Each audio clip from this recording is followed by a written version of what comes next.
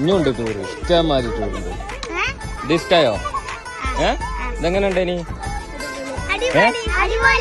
അടിപൊളിയാ? എല്ലാം എങ്ങനെയുണ്ട് ഇനി ഇത്? അടിപൊളി ഇഷ്ടാ? ഇനി പോണം എങ്ങനെ? ഇനി എടുക്ക പോവാ? ഇനി എടുക്ക പോവാ? ബീച്ചിക്കാ? വാട്ടർ പാർക്കാ? ഇത് രസമുണ്ടേനോ?